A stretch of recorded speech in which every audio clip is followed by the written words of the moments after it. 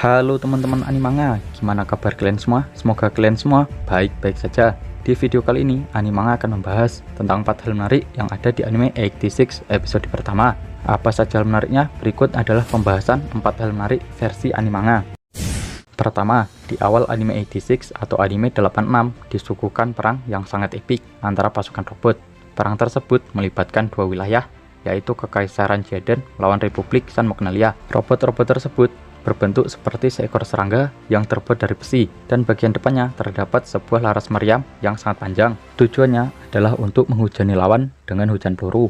Akibat dari perang tersebut, Kekaisaran Jaden mengalami kekalahan telak dengan drone yang sudah rusak parah, sehingga mereka terpaksa harus mundur dari medan pertempuran. Sedangkan pasukan dari Republik San Magnalia hanya mengalami kerusakan ringan atau bahkan tanpa korban jiwa, karena drone atau robot yang mereka gunakan adalah drone inventari canggih yang bisa bergerak dan bertempur mati-matian dengan dikendalikan dari jarak jauh. Meski unit drone mereka hancur, tidak akan ada korban jiwa dari perang tersebut. Hanya saja mereka akan kehilangan unit drone yang mereka miliki saat ini. Karena itulah pasukan tentara milik Republik Magnalia bisa bersantai bahkan minum amer hingga luntang-lantung meski dalam keadaan perang. Karena mereka hanya perlu mengontrol drone inventari dari jarak jauh. Meskipun kalah, mereka tidak akan mati. Saking santuinya tentara dari Magnalia, mereka tega menghina Mayor Lena karena dia terlalu bersimpati bahkan turut berduka atas kematian dari drone inventari. Karena menurut Mayor Lena, drone tersebut bukan sekedar drone biasa, melainkan dia sudah menganggap kalau drone-drone tersebut memiliki perasaan layaknya manusia yang tidak pantas dikorbankan dalam medan perang. Karena itulah Mayor Lena selalu menulis nama-nama drone yang menjadi korban dalam setiap laporannya.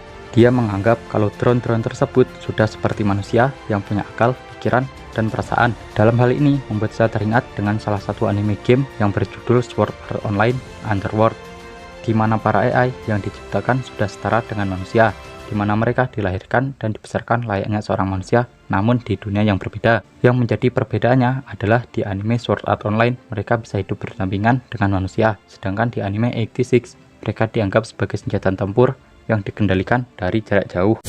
Kedua, pasukan tentara jarang memakan makanan asli. Mereka hanya memakan makanan buatan yang entah seperti apa wujudnya. Di anime ini sama sekali tidak dijelaskan tentang makanan buatan, tapi bisa dilihat kalau yang mereka makan hanyalah makanan ringan yang mirip seperti roti instan yang bisa langsung dimakan tanpa perlu memasaknya terlebih dahulu. Ketika Profesor Annette menawarkan kue sifon kepada Mayor Lena langsung menolaknya karena dia merasa kalau kue yang dibuatnya adalah kue buatan yang mungkin sudah bosan dengan rasanya karena setiap hari sudah menjadi makanannya. Tapi ketika Profesor Annette berkata kalau kue yang dibuatnya menggunakan telur asli dan susu asli, Mayor Lena langsung merasa menyesal karena dia telah menolak tawarannya. Pada akhirnya, Mayor Lena benar-benar memakan makanan asli yang selama ini tidak pernah dia makan, karena dia hanya memakan makanan buatan. Walhasil, dia tidak pernah menyangka kalau makanan asli bisa seenak ini. Wajar saja, bahkan seorang anak kosan yang setiap harinya hanya memakan mie instan, mereka pasti akan merasa bosan, bahkan muntah darah. Meski varian rasa dari mie instan sangat banyak, tetap saja rasanya selalu sama dengan mie yang biasanya.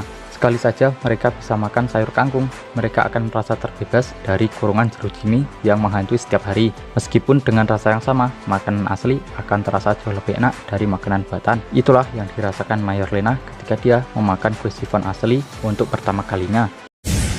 Ketiga, pasukan 86 berbeda dari pasukan tentara dari distrik 1, di mana mereka bisa hidup mewah layaknya hidup di sebuah istana yang serba kecukupan. Bahkan mereka bisa hidup huru-hara dengan semua fasilitas yang mereka dapatkan, mulai dari minuman keras, makanan, kursi sofa, dan segala fasilitas yang serba mewah, meski mereka tidak bertempur dalam setiap perang. Hal ini sangat berbeda dengan pasukan yang ada di distrik 86, di mana mereka hidup di tempat kumuh yang sangat kotor. Mereka harus membersihkan rumah atau gudang sebagai tempat tinggal. Mereka juga harus merawat ternak agar mereka bisa mendapat makanan yang cukup untuk menyambung hidup. Makanan yang mereka makan juga sangat sederhana, yaitu mulai dari apa yang mereka dapatkan, mulai dari telur, sup, kentang, dan sedikit buah-buahan yang dibagi rata. Sedangkan dari pasukan distrik 1, mereka sampai bosan makan, sampai-sampai makanan mereka bisa berantakan, seolah-olah mereka sedang kebanyakan makanan. Sedangkan dari distrik 86 bisa makan hari ini saja sudah sebuah keberuntungan, karena mereka tidak pernah tahu apakah mereka masih hidup di hari esok, karena mereka harus bertarung dan terus bertarung, karena sejak awal hanya ada 85 distrik di wilayah Republik Moknalia, sedangkan distrik 86 tidak pernah dianggap sebagai sebuah kota manusia, melainkan dianggap sebagai senjata perang atau sebuah prosesor dari sebuah drone. Mau mati pun tidak akan ada yang peduli dengan keberadaan mereka. Keempat, korban. Pada dasarnya, drone inventari yang diciptakan untuk senjata perang yang dikontrol dari jarak jauh. Tujuannya adalah untuk meminimalisir jumlah korban seminimal mungkin. Meskipun pada faktanya, hal itu tidak pernah ada, karena tidak mungkin ada perang yang tidak menumpahkan darah.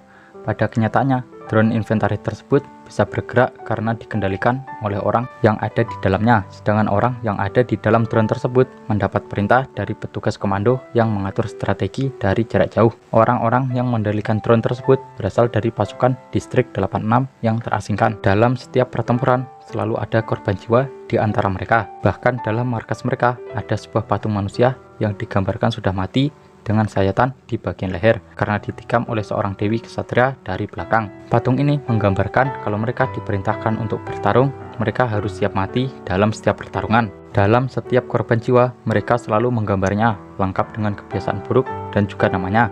Kemudian mereka memberi tanda silang sebagai tanda kalau dia sudah mati sebagai seorang kesatria, meskipun tidak pernah dianggap oleh orang lain. Tapi mereka selalu mengingat teman-teman mereka yang gugur dalam pertempuran dengan cara mereka sendiri. Mereka tidak memiliki waktu untuk bersedih atas kematian teman-teman mereka, karena mereka juga tidak pernah tahu kapan mereka akan menjadi korban. Meski sedang bersedih, karena mereka baru saja kehilangan salah satu teman mereka. Mereka selalu mencoba untuk kuat untuk menghadapi hari esok yang tidak pernah tahu apa yang akan terjadi. Banyak hal yang bisa difikirkan, tapi tidak semua hal bisa dilakukan karena manusia adalah makhluk yang penuh dengan keterbatasan. Sekian pembahasan dari Animanga. Jangan lupa subscribe channel Yuda Animanga dan jangan lupa share video ini. Saya Yuda Animanga, sampai jumpa di video berikutnya.